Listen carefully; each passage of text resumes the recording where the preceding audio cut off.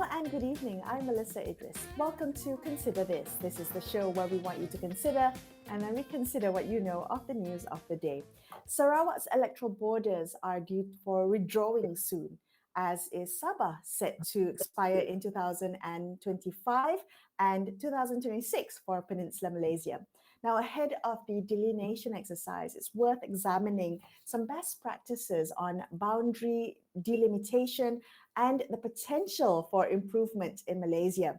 Adhy Aman is a senior program manager at the International Institute for Democracy and Electoral Assistance, better known as International IDEA. Adhy, thank you so much for joining me on the show today. International IDEA recently jointly organized a roundtable discussion on boundary delimitation and malapportionment, so countries could kind of get together and share their experiences and the lessons that they've learned respectively. I'm wondering if you could begin our conversation today by telling us what were the most pressing concerns that emerged during these discussions, and what would you say were the main takeaways from that roundtable discussion?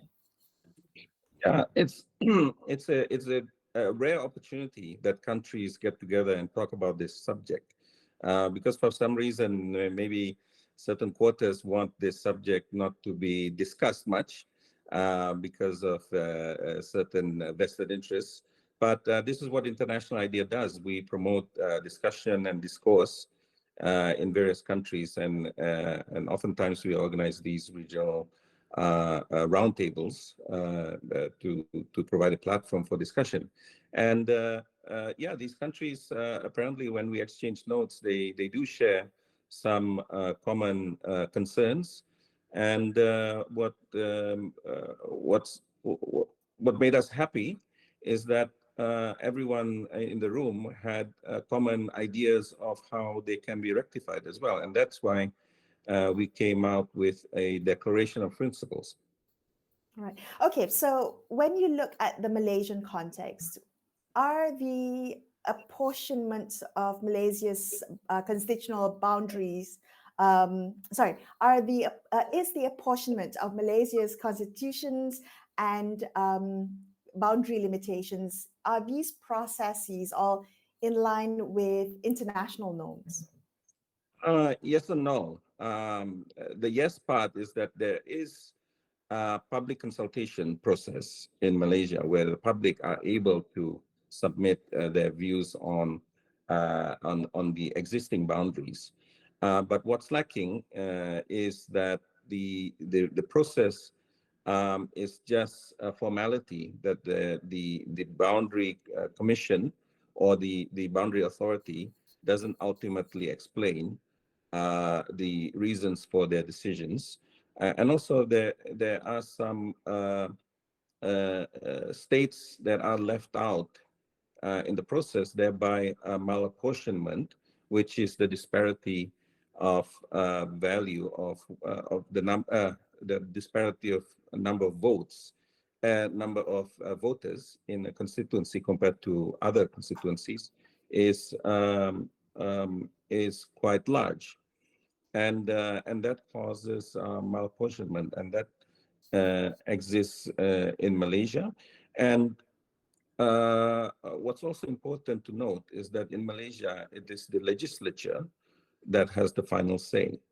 And this is an issue because the boundaries of constituencies are, they have the most vested interest in these boundaries. So you need to have a more independent boundary authority that have the final say. In other countries, the legislatures do have a role, but it's more of a rubber stamping role, that whatever the boundary authority proposes, they then just adopt into law. Right. Without So any you're talking modification. about the one person, one value, one vote, one value principle, and I'm just wondering, in this age of big data and um, open data, is there a role of that technology can play in upholding this principle and contributing to a more fair and accurate boundary drawing? Yeah.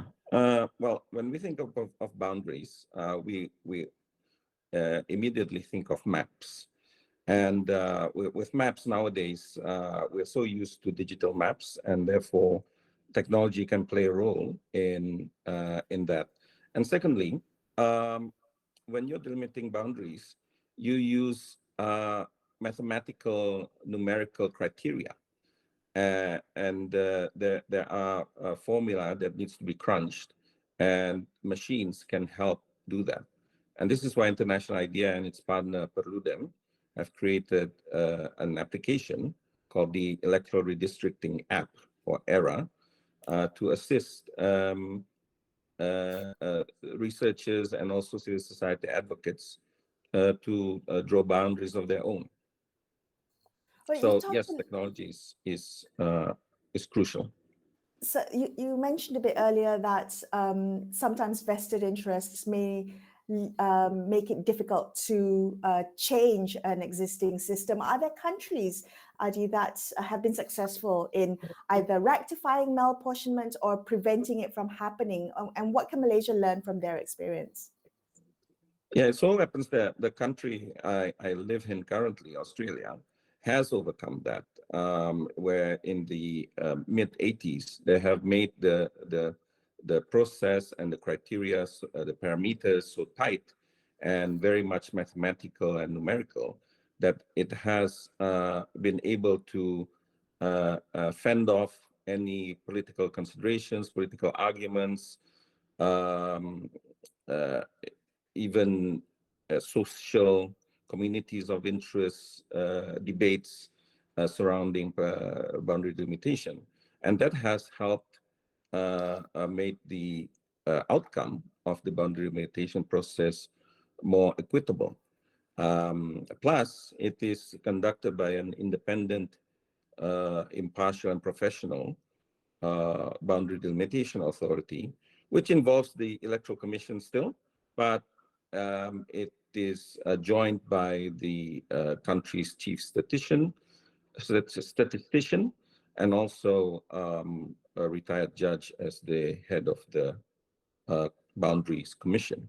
So Malaysia can learn from this process. I know Malaysia is quite a heterogeneous country, and people tend to want to think in those terms. But at the end of the day, this is a mathematical exercise. It should be a mathematical exercise because the ultimate goal is to get equitable size of constituencies. Adhy, thank you so much for joining me on the show and sharing those insights. Appreciate your time. Adhy Aman Thanks from for having me. International Idea there. We're going to take a very quick break here and consider this. We'll be right back. Stay tuned.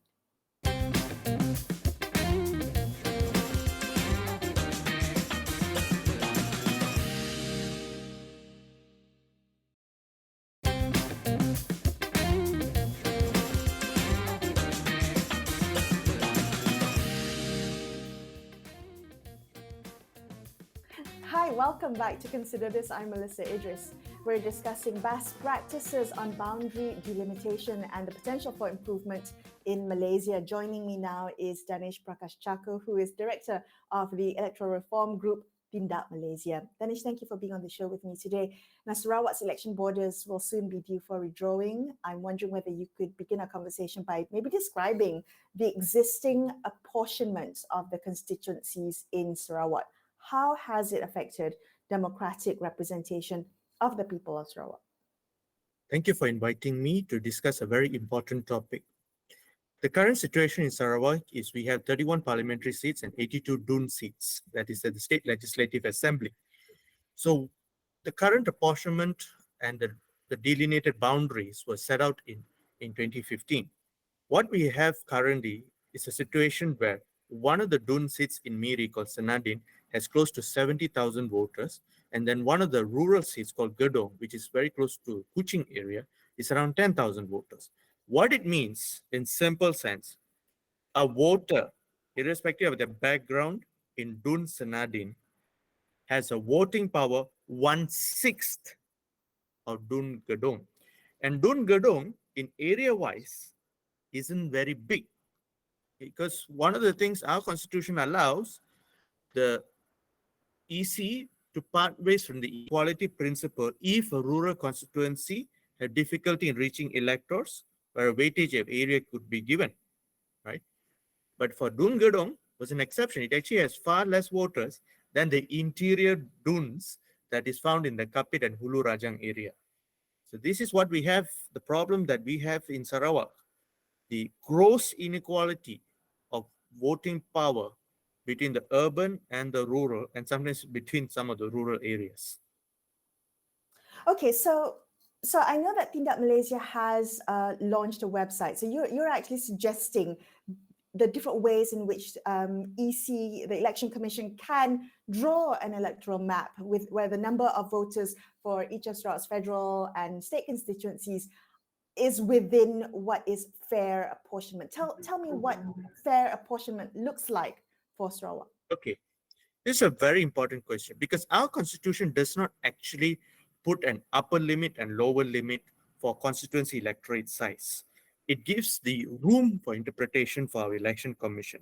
So historically, it allowed the election commission to create such seats that I mentioned, like Senadin having too many voters and Gedong having too little voters. Now, within this framework, here lies a great opportunity for our election commission to set an upper limit and lower limit. What they need to understand is Sarawak has 31 parliamentary seats and 82 Dun seats.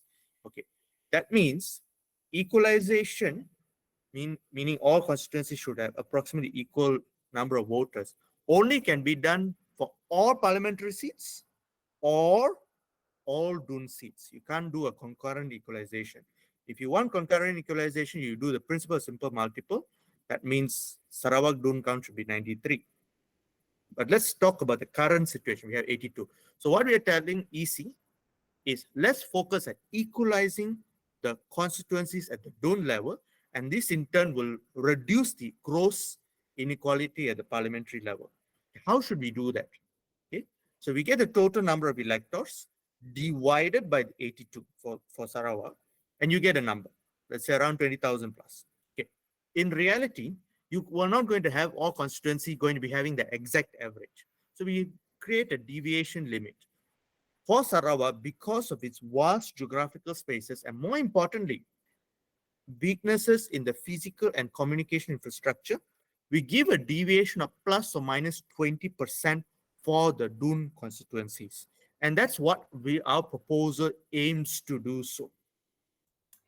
So, Danesh, can I ask you, earlier I spoke to Adhy Aman of International Idea, and he talked about the Australia experience where it's a very strict mathematical calculation when it comes to drawing boundaries. We know that there can be vested interest when it comes to and political motivations when it comes to redrawing electoral boundaries. How do we ensure that the process is transparent and accountable? One of the purposes of this whole Sarawak Redelineation portal that we have launched is to actually to tell EC there is a way to communicate information in such a way that a group of 100 voters or more, local authorities or state government, is able to make sense of their proposed recommendation. Historically, from our experience of the Sarawak 2015 redelineation exercise, they only have provided, that time was 2, or Peninsular Malaysia was 3 PDFs. Okay, PDFs such that all the voters could download, that's for sure. But let's be very clear, we only have a 30 days window when the proposed recommendations issued, especially through that PDF. Within that period, you're expected to download, convert the file, analyze, determine whether you want to object or support, gather 100 voters or more who are of the affected constituency, which is a dynamic of its own. Then bring all those names together, bring your views, the representation view, whether you object or you support or both, do it everything, submit it to the EC at the end of the 30 days. Okay, strictly speaking, within using the PDFs, 30 days is not enough. So this is why we have decided to launch this portal early and show EC there is a way. Show interactive maps, leverage the technologies that we have so that the voter knows where the constituencies have shifted, and let the voters, the local authority or state government determine what the response should be. And then we also have shown there are files that a person can download. And for this moment, I'm just giving you comma separated value files, CSV files, where anyone can analyze it within a week. Danesh, can I ask you? So that's what you would like the EC to focus on. But what can citizens and the media do to actively participate in monitoring and advocating for fair delineation? As a matter of fact, because the 8 years have lapsed from the Sarawak redelineation exercise this year, August, we have decided to launch this website also for that purpose. We are actually gathering views from especially voters from Sarawak to assess whether our proposal makes sense. And this is to actually to prepare them for that 30 days. And for us, we don't want you to just assess the proposal and suggest how to fix the boundaries. I'm not just interested in that.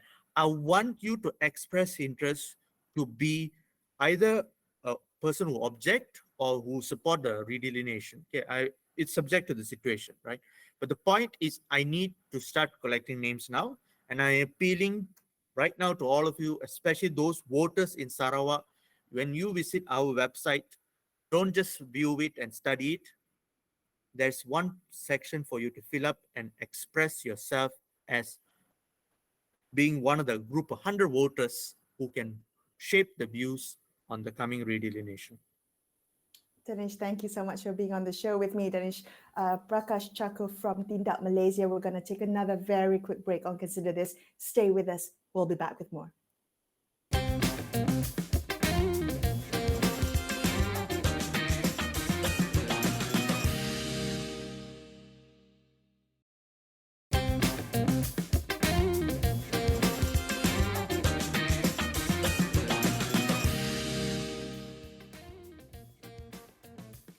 Hello, I'm Melisa Idris. Thanks so much for staying with me on Consider This as we continue our discussion about the best practices on boundary delimitation and the potential for improvement in Malaysia. Joining me now is political scientist Professor Wong Huat. He's the Deputy Head of Strategy for the Asia headquarters of the United Nations Sustainable Development Solutions Network at Sunway University.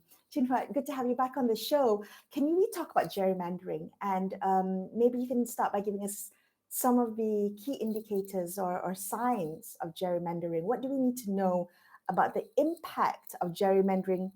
Maybe you can give us a specific example here in Malaysia. Thanks, Lisa, for having me. Now, gerrymandering is a way that politicians want to manipulate the electoral system. So instead of you choosing who to be your representative, they choose who amongst the electorate that can ensure their election. So this is subverting democracy. It is done by two common ways. One is to break up their opponent constituency. So if their opponents have a 60% support, what would they do is to split some of their voters to another constituency. So therefore, they're probably just 40%, and no matter how hard they work, they'll never get a chance to win. That's called cracking. Now, where does all this excluded constituents or voters go? They would put them together in a seats where their opponents are so strong, but they're basically winning less seats than they should deserve. This is called packing. Imagine a can of sardine fishes. So that's the situation we are in. How do we know that gerrymandering happened? It normally happens you can tell it from two ways. One is that the shape looks very awkward, not compact, and it's not justified because there's some natural infrastructure boundary. And in Malaysia, the easiest thing to know is that when a constituency cut across many municipalities, the worst that we have is Sungai Buloh. It started from Majlis Perbandaran Selayang, then into Majlis Bandaraya Petaling Jaya, then Majlis Bandaraya Shah Alam, then Majlis Daerah Kuala Selangor.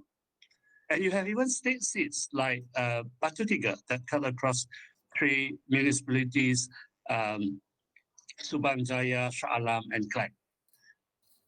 And the other way to know is that after election, the boundary changed so that one party have a better chance to win.